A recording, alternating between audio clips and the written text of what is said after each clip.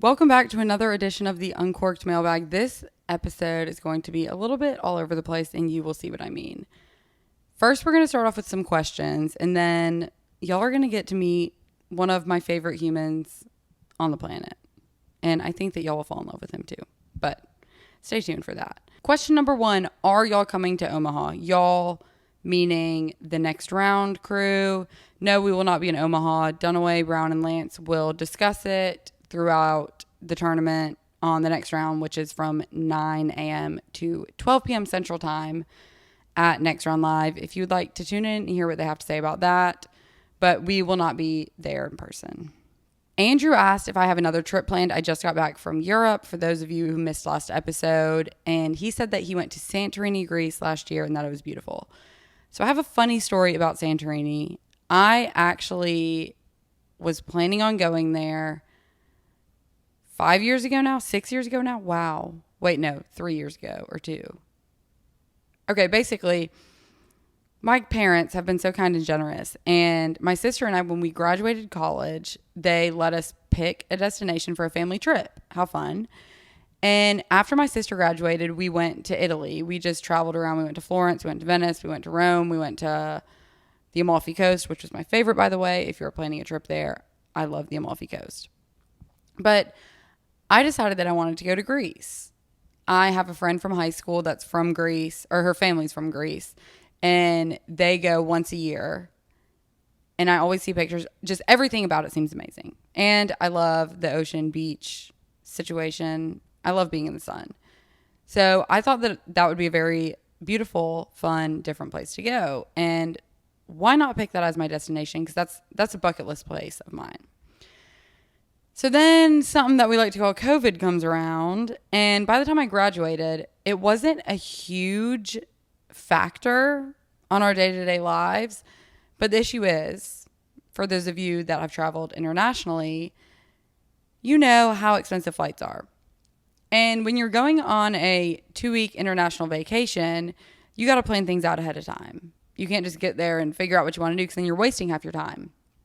So my kind father said, we don't really know what the travel restrictions are going to be when you graduate, because we're planning this months ahead. And he said, I'm happy to plan an international trip if that's what you so desire, but we have to understand that it could get canceled.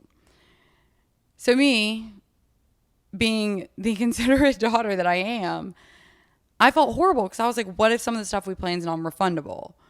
What if my parents invest so many hours into planning this trip and then we're worried about going because what if we get locked out of the U.S. or what if we get stuck in a different country? So I just didn't want them to go through all of that with the possibility that we might not be able to make the trip happen. So we ended up not going. We went to St. Martin instead, which is amazing. It was so fun. And I actually got salmonella there. So did my sister. But other than that, it was great. But I was supposed to go, and I would love to go. And I'm glad to hear that you had a positive review of it, because that's somewhere that I have always dreamed of. So hopefully I'll go one day in the future. That day is not anytime soon, because traveling like that is pricey, and I'm trying to save up. I'm trying to be responsible with my finances. So I will not be going anytime soon, but that is a place that I am dying to go at some point in my life. Do I have another trip planned? I have a few places that I will be going this year. I'll be going to Dallas in July, about a month, actually. What's the date? The date is the 12th. So yeah, just about a month from now, I'll be in Dallas, but for SEC Media Day. So it's not necessarily a vacation. It's a work trip, but it's fun. I love to travel for work, and it should be interesting because Texas and Oklahoma welcome to the SEC. So it should be fun. It will be fun. Actually, what am I saying? It will be a great time. So that's the next destination that I'll be traveling to. And then I have a bachelorette trip at the beach later this year. But other than that, I'm going to be working. I'm going to be hanging out with my friends, my roommates. So no big trips planned. I just got back from my big trip in Europe, which was amazing. And I'm ready to be home for a little, because I traveled so much this basketball season. I loved every second of it, but I felt like I was coming home, doing laundry, repacking, and it was a reoccurring cycle, which I'm not complaining about because I love my job and I love being able to do that for work. I'm so lucky. But I'm just ready to be home for a little. See my friends that live here, hang out with my roommates, and just maybe rest a little. What a crazy idea that is. So no trips planned, no big trips or international trips planned. I would love to go to Greece. I'm going to Dallas. I'm going to the beach. Other than that, I'm just going to be hanging out. Next, Cassie asked what my favorite thing that I did in London was. So if you want a deep dive of my trip, the last episode that I posted, I did a full recap of Ireland and London, everything we did, the things I liked, the things that I didn't love so much. So if you're planning a trip or just curious, go check that out. But I would say my favorite thing that we did in London was Oxford Street. So Oxford Street is compared a lot of times to Rodeo Drive in the sense that you can shop for hours, days, weeks, months, and probably years on Oxford Street. It has every store under the sun. You can find a store with any brand that you're looking for. And I don't know how long the street is, but it seems like it's 2+ miles of store after store after store after store. I looked at a map because I was looking for a Zara. We don't have Zara here. There's one in Atlanta, but I don't have one locally, and so I like to go if I'm in a place that has a Zara. I looked at the map, and there were 11 Zaras within 6 miles of where I was. So you can literally walk up and down the street and find any store under the sun. I am not the best shopper. I like to shop and I like to purchase things. I like to find things that I want to wear. That's exciting. I love shopping for sneakers.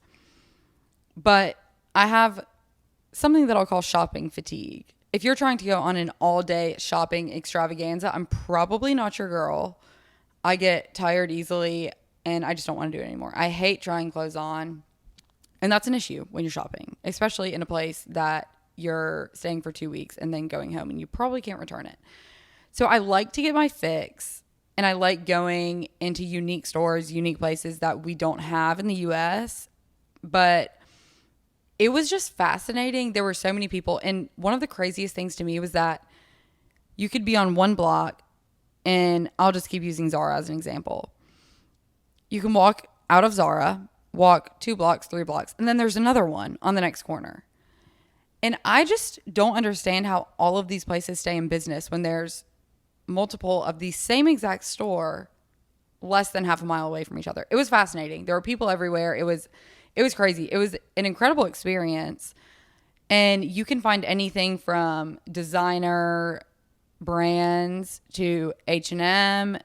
So it has a very wide variety of price range for any sort of shopper, which is nice because your dad can find something, your grandma can find something, your little cousin can find something, your mom can find something, your sister can find something.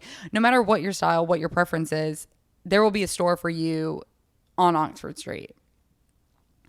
So I really enjoyed my time there. I bought 2 dresses and a pair of sneakers, Axel Arigato. And one thing that I do love about shopping for sneakers I haven't done this a lot. I've done it twice. I did it in Italy and I did it in London. But I went into shoe stores that I knew I liked and I had purchased shoes from before. And they had different styles or different colors of the shoes that you can find online. But like the specific designs, the specific patterns that they had in these stores, I've never found before. I've never seen before. The shoes that I bought in Italy, I think 5 or 6 years ago now, I still have never seen another person wear. And then I haven't seen the shoes that I bought in London on the internet or anything. So I like that because I'm not one that likes to be wearing the same shoes, the same pants, the same shirt, the same everything purse that every 20-something-year-old girl in Alabama is wearing. I don't like that kind of stuff. I don't like the trendy stuff. I like to find unique, different things that not everyone in the city wears. So it's a great opportunity to find some of those items. Obviously, they have different things there because it is so far away. Great sneaker selection, I will say that. But it was just crazy. It was crazy. There were so many people. There were so many stores. There was such a wide variety. And that was probably the craziest experience. There were also probably 50 other things that we did that I enjoyed, but that was just one of them. And that was what I wanted to share with y'all today. But again, if you would like my deep dive into London and Ireland, refer to last episode. Next, Andrew asked how good Alabama's starting five will be next season, and if they could potentially have the best offense in Alabama basketball history. So most of y'all probably know that I am an obnoxious Auburn fan. I do cover both Alabama and Auburn and traveled with both the Alabama and Auburn men's basketball teams this past season.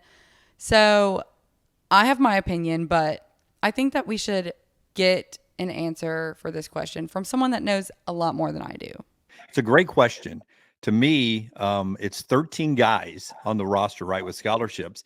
And because I've been reacting in the office. Every time you walk in, Alabama got a basketball player. I'm like, that dude's a starter. We just talked to Chris Youngblood, who is the American AAC co-player of the year. He's really good, a dynamic player. He's going to play in the NBA, and he comes from South Florida to Alabama, and he was on the show. And I was like, dude, every time you brought in a new player, I was like, he's a starter. He's a starter. He's a starter. How are you going to work out the minutes? And he says, nobody's worried about that right now. It's June, and they're just grinding, and they're saying the scrimmages are unreal right now in Tuscaloosa. But the question of who the starting five is what's going to be settled on the court, and that's going to be something that's going to be fascinating to watch Nate Oates work the process to get to. But I think Mark Sears is going to be out there. He doesn't go to the NBA. He led the team to the Final Four last year. He was the go-to guy. So Sears is out there. He eats up a lot of minutes, but maybe he plays less minutes this year, but he's definitely out there. Grant Nelson was a big part of the run last year. He'll be out there. You got to go big with Big Cliff Omori out there from Rutgers. He's what they didn't have last year on the Final Four run. A big man, a true five, a big defender by the rim, blocks shots, averages over 2 a game. He will be big there. I think you got to put Chris Youngblood, the AAC co-player of the year, who's in there, and it's a dynamic player on the court. So there's 4. And then the 5th one gets interesting.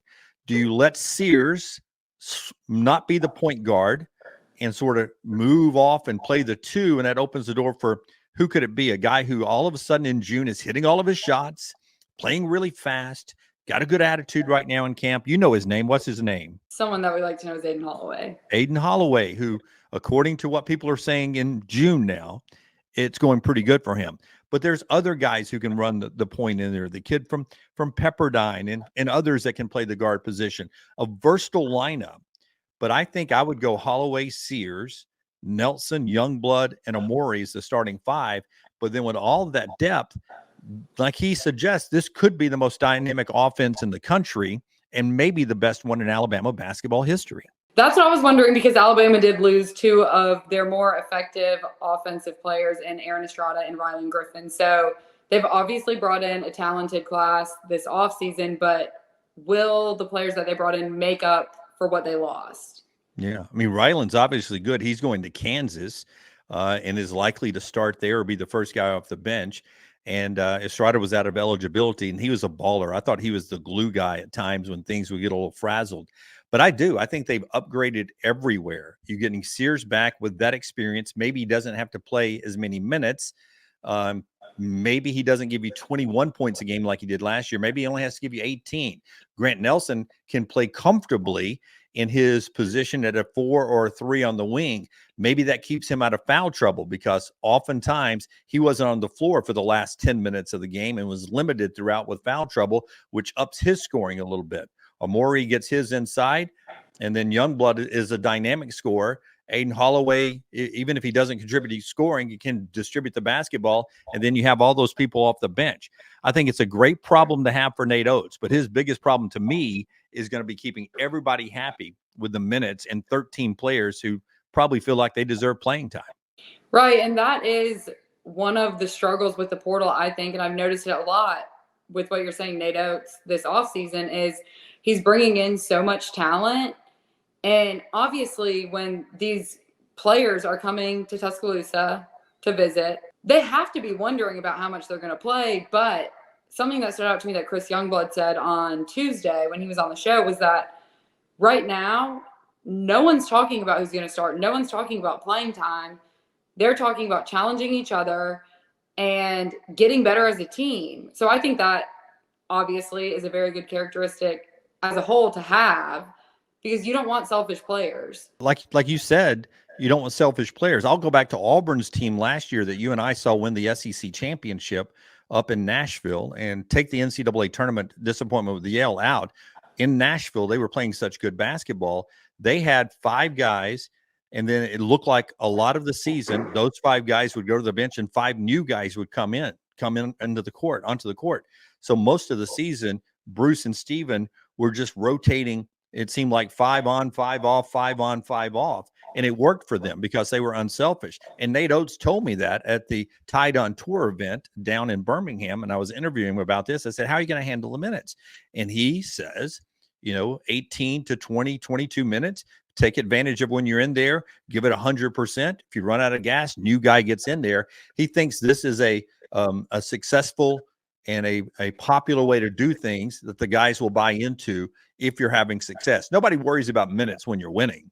It's Right. when you start losing. That's when you're like, I could be in there doing better. Exactly. Alabama's offense was obviously productive this past season. I think how many times they score over 100 points a game? Yeah, I don't know the number. It was a lot. But yeah, multiple.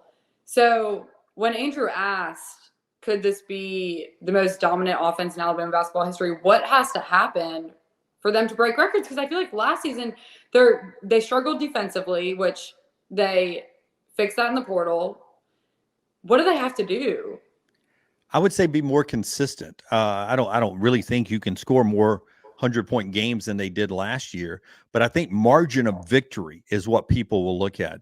Win the games, but also how are you winning the games? And if you remember when they went through their losses, it was against great defensive teams like Tennessee, up in Knoxville, down at Auburn, where Auburn had a great defensive game, in Gainesville against Florida. Those losses, Florida and Nashville, where they really got into their grill defensively. Maybe you've got more weapons, more people playing in a more comfort zone, a big guy underneath, to where maybe you're not scoring 100, but it's a consistent 88, a consistent 90, to where you're playing a more consistent level against elite defenses, and you don't have those big ups and downs that they had last year that gave them 11 losses in the regular season, and then that 12th loss they got in the semifinals at the Final Four. Heading into the season, where do you think this roster stands? The great Dan Patrick line from the 1980s version of SportsCenter was, on paper, they're the best team in Alabama history, but you don't play the game on paper. You play it on hardwood on a Saturday in Tuscaloosa or in other great road venues in the SEC. So, yes, this team is light years better than that team was that became Alabama's first Final Four team on paper. Now, can they do it on the court and do it at the right time of year? You saw it last year. I hate going back to Auburn again. No. But I picked Auburn to win the national championship, and I wasn't doing that jokingly. I thought when we left Nashville, they were SEC champions. I thought that team, with the depth they had, the way they were playing, could win 4, 5, 6 games and be national champions. And then they lose in the first round. That's how crazy the NCAA tournament is. Alabama sort of limps into the NCAA tournament and gets hot at the right time and plays great basketball. Even in the loss to UConn, I thought they were in the game at the 12-minute mark. So you never know in the NCAA tournament. It is the most wild card, spin the roulette wheel thing that we have in sports. And that's what makes it so enjoyable. It is until you lose. Yeah, until Friday night in Spokane. Yeah, Friday night in Spokane. You'll always have Friday night in Spokane to talk about for the rest of your life. I will, but then I'll also have my first Final Four that I ever covered. So that's right. Think of the positives. Glass half full. It was fun. Great memories. Great memories. All right. Thank you for your insight on Away. Guys, Father's Day is right around the corner. It is less than a week away. And if you're struggling to find a gift for your dad, or if you're a dad and you want to treat yourself, or you're not a dad and you just want to buy something for the fun of it, retail therapy. If you're looking for some retail therapy, Rowback is the place for you. I'm actually wearing a Rowback shirt right now. It is the softest t-shirt I own, but it doesn't look like a raggedy old t-shirt that you pull out of your closet. They have everything that a dad could want. It doesn't matter if your dad likes to work out, likes to golf, likes to just lounge on the couch. Your dad doesn't like to do anything. They have hoodies, they have quarter zips, they have crew necks, they have golf shirts, they have hats, they have shorts, they have pants. They literally have everything. It is incredible quality. My dad loves it. All of the guys that I work with love it. I love it. If you're a mom and you want to treat yourself on Father's Day, there's nothing wrong with that. And I have a discount code for you. You can get 20% off your order if you use the promo code CORK, CORK 20 at checkout, and treat yourself or treat someone special in your life. And I promise they will love it. Last but certainly not least, y'all are about to get the pleasure to meet my favorite human on the planet. Everyone loves him. Everyone adores him. He is the cutest kid that you have ever seen. He's hilarious. He's loving. He's kind. And his name is Lincoln. He's my cousin, but I would claim him as my own. And I sat down with him a couple days ago because he's going to be making some appearances this football season. So I thought, why not go ahead and introduce y'all, but you will fall in love. So here's how my attempted interview with a hyper 3-year-old went. Can you tell us your name? I am Nathan. You're Lincoln? How old are you? 2. You're 2? Yeah. Do you remember how to spell your name? Yeah. Can you do it for us? Yeah. My name is Nathan. That's right. What's your favorite animal? A monkey. Okay, do you want to try and draw a monkey? Yeah. What color do you want your monkey to be? Yellow. I want my monkey to be colorful. To be colorful? Yeah. Okay, what color do you want to start with? The colorful one. Okay. I want green. Okay, tap green. Do you want me to help you start drawing? Yeah. Okay. We're going to do the body first. Okay. And then what comes next? I don't know. Some legs. Yeah.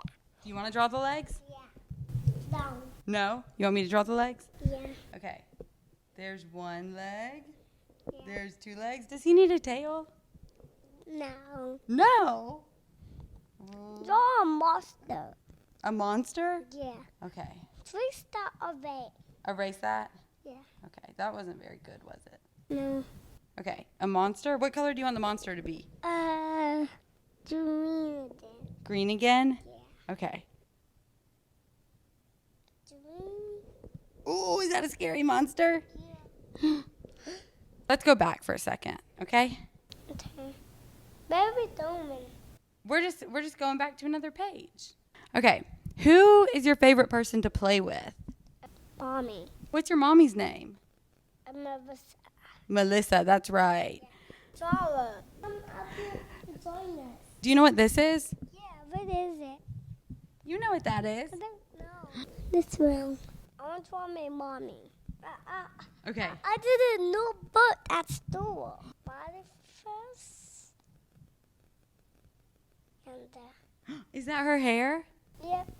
Good And job. this is her one way there. The one way up there. The one way goes up there. That's mommy. We draw you, mommy. I want to draw you. What book did you read at school? I don't know. I thought you said you read a new one. I can't remember. You can't remember? That's okay. What's your favorite song? Lion The Lion King? Sing that for me. I want to pause the door for her here. Pause the door. What's your favorite thing to get at the store when you go with your daddy? A tootsie. A cookie? Yeah, take a tootsie. You want to draw a cookie? Yeah. Okay. What kind of cookie do you get at the store? A sprinkle one. Pasta if you want some. You have what? Pasta dots. Oh, really? Are they yummy? Yeah, they want some. Who do you ride on the boat with at the lake? Uncle Don?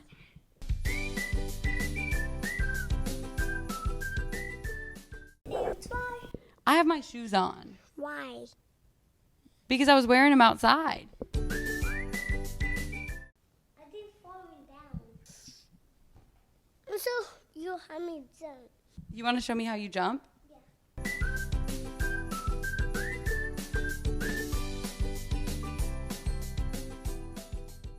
It's for Watson.